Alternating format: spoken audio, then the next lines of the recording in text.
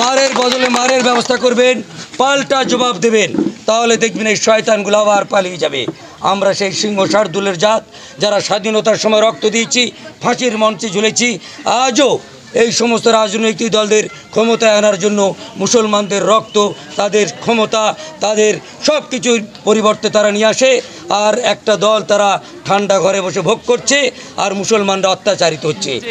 14টা গরু তারা ছিনতাই করেছিল, কিন্তু তার মধ্যে 12টা গরুকে পুলিশ বিভিন্ন জায়গা থেকে এই অত্যাচারিত মানুষদের কাছে, ভাইদের কাছে ফেরত দিয়েছে। কিন্তু আমাদের বক্তব্য এটাই, যদি গরু খোঁজা গেল তাহলে অপরাধীকে খোঁজা কেন গেল না? 24 ঘন্টার মধ্যে আমরা এই অপরাধীকে খুঁজে তাকে উপযুক্ত শাস্তির এবং গ্রেপ্তারের দাবি জানাচ্ছি। আরেকটা বিষয় আমরা দেখছি যে মেন অপরাধী সে সোশ্যাল মিডিয়াতে মানে ব্রাইট দিচ্ছে যে আবার এই ধরনের কাজ করার হুমকি দিচ্ছে। তো প্রশাসন কি করছে? আজকে যদি প্রশাসন ফেসবুকে একটা যদি কেউ অন্যরকম সরকার বিরুদ্ধে কোনো পোস্ট করছে, সেখানে তাকে অ্যারেস্ট করে নেওয়া হচ্ছে, আর এত বড় একটা কাণ্ড ঘটিয়ে সে ফেসবুক তাকে ট্র্যাক করে মানে তাকে অ্যারেস্ট করা যাচ্ছে না কেন? এটাই খুব আশ্চর্যের বিষয়।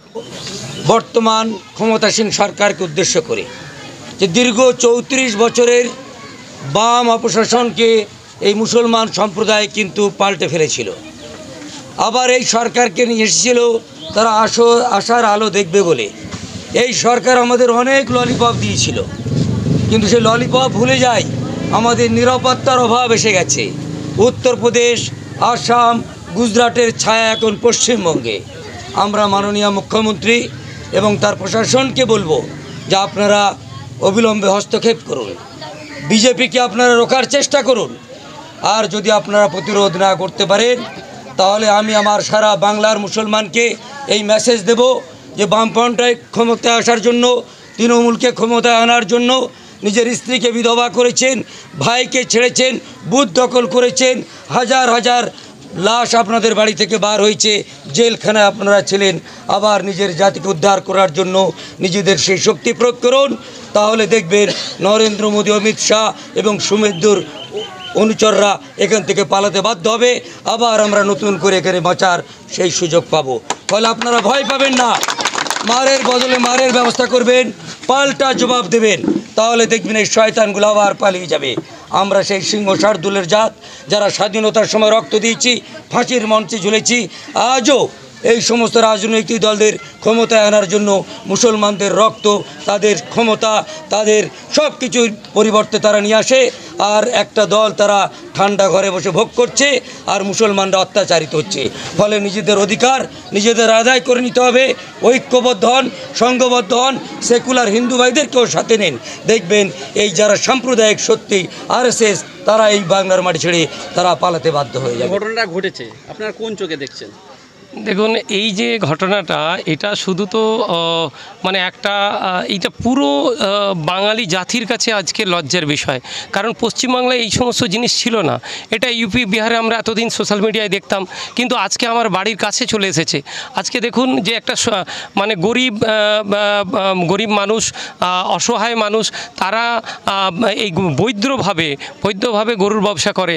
তাদের উপরে, রাস্তার উপরে একটা দুষ্কৃতীরা, কোনো রাজনৈতিক দলের প্রশ্রয়ে পোষিত দুষ্কৃতীরা তারা যে ধরনের অত্যাচার করেছে তা একদম ন্যাক্কারজনক। এটা আমরা কন্ডেম করছি, প্রতিবাদ করছি এর বিরুদ্ধে, এবং আগামী দিনে আমরা চেষ্টা করব যে এই ধরনের মানে কাজ যাতে সারা পশ্চিমবাংলায় কোথাও না হয়, তার জন্য যুব সমাজকে এগিয়ে আসতে হবে, প্রতিবাদ করতে হবে। পুলিশের ভূমিকা দেখা যাচ্ছে না। আজকে দেখুন, আমরা যেটা সোশ্যাল মিডিয়া ভেবেছিলাম যে যে পুলিশ সঙ্গে সঙ্গে এই ব্যবস্থা নেবে, কারণ এখানে ধর্মনিরপেক্ষ রাজনৈতিক দল ক্ষমতায় রয়েছে, অতএব আমরা ভেবেছিলাম পুলিশ প্রশাসন ইমিডিয়েট ব্যবস্থা নেবে। কিন্তু এখানে এসে যেটা শুনলাম, যারা অত্যাচারিত মানুষের কাছ থেকে যেগুলো শুনলাম, যে এখন পুলিশ প্রশাসন মানে 1 ঘন্টার মানে যেখানে ঘটনাস্থল সেখান থেকে মাত্র 1 ঘন্টার মধ্যে 1 কিলোমিটার মধ্যে পুলিশ স্টেশন, তারপরেও তারা অত্যাচারিত অত্যাচারিত মানুষদেরকে উদ্ধার করতে পারেনি এবং এখনও পর্যন্ত যে মেন কালপিট, যে মেন অপরাধী অপরাজিতা গাঙ্গুলিকে এখনও পর্যন্ত অ্যারেস্ট করতে পারেনি। এটা আমাদের চোখে পুলিশের ব্যর্থতা। অতএব আমরা পুলিশের কাছে অনুরোধ করব সংখ্যালঘু যুব ফেডারেশনের পক্ষ থেকে যে যাতে করে অবশ্যই এই 24 ঘন্টার মধ্যে এই ধরনের দুষ্কৃতীদেরকে অ্যারেস্ট করে তাদেরকে উপযুক্ত শাস্তি দেওয়ার ব্যবস্থা করে। গরুগুলো নিয়ে জঙ্গলে ছেড়ে দিয়েছে, আবার শুনছি পরে গরুগুলো পুলিশ দিয়ে গিয়েছে। হ্যাঁ, এটাই অবাক করার বিষয় যে 14টা গরু তারা ছিনতাই করেছিল, কিন্তু তার মধ্যে 12টা গরুকে পুলিশ বিভিন্ন জায়গা থেকে এই অত্যাচারিত মানুষদের কাছে, ভাইদের কাছে ফেরত দিয়েছে। কিন্তু আমাদের বক্তব্য এটাই, যদি গরু খোঁজা গেল তাহলে অপরাধীকে খোঁজা কেন গেল না? 24 ঘন্টার মধ্যে আমরা এই অপরাধীকে খুঁজে তাকে উপযুক্ত শাস্তির এবং গ্রেপ্তারের দাবি জানাচ্ছি। আরেকটা বিষয় আমরা দেখছি যে মেন অপরাধী সে সোশ্যাল মিডিয়াতে মানে ব্রাইট দিচ্ছে যে আবার এই ধরনের কাজ করার হুমকি দিচ্ছে। তো প্রশাসন কি করছে?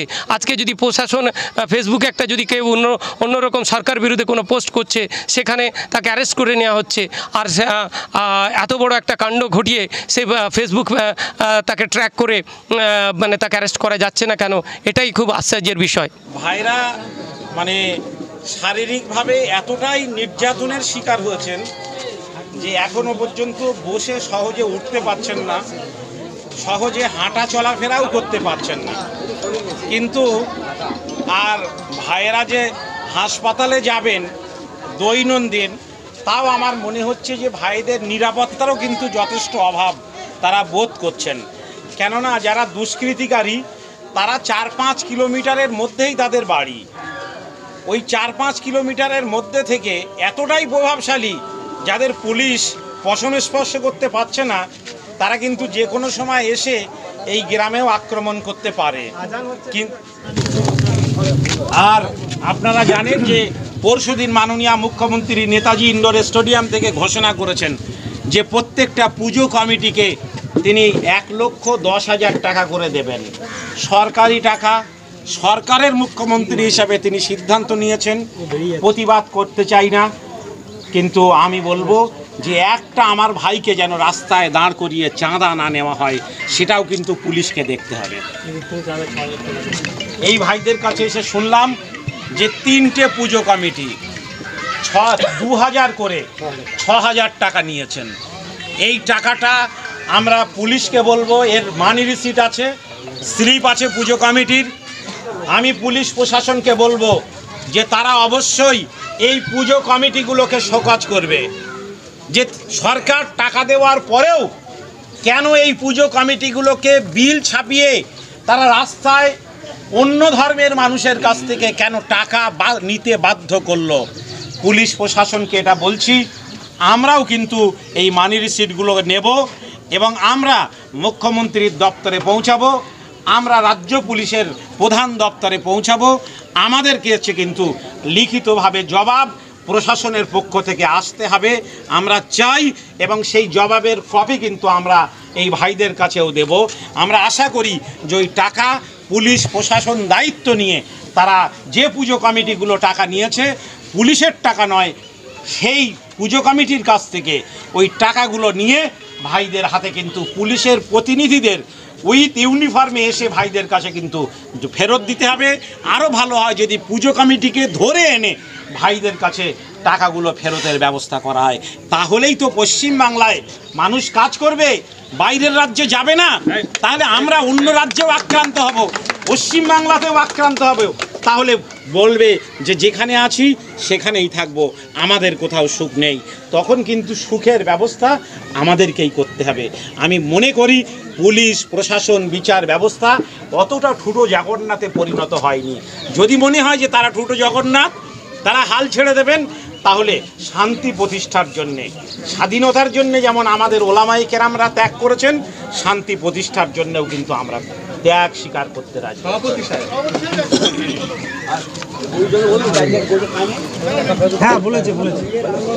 এতক্ষণ পর্যন্ত আপনারা আমাদের সারা বাংলা সংখ্যালঘু যুব ফেডারেশনের সাধারণ সম্পাদক মাওলানা কামরুজ্জামান সাহেবের কাছ থেকে শুনলেন, এবং একাধারে তিনি অল ইন্ডিয়া মুসলিম পার্সোনাল ল বোর্ডের একজন সম্মানীয় সদস্য। তিনি সব বিষয়টা সরকার এবং প্রশাসনের দৃষ্টি আকর্ষণ করেছেন।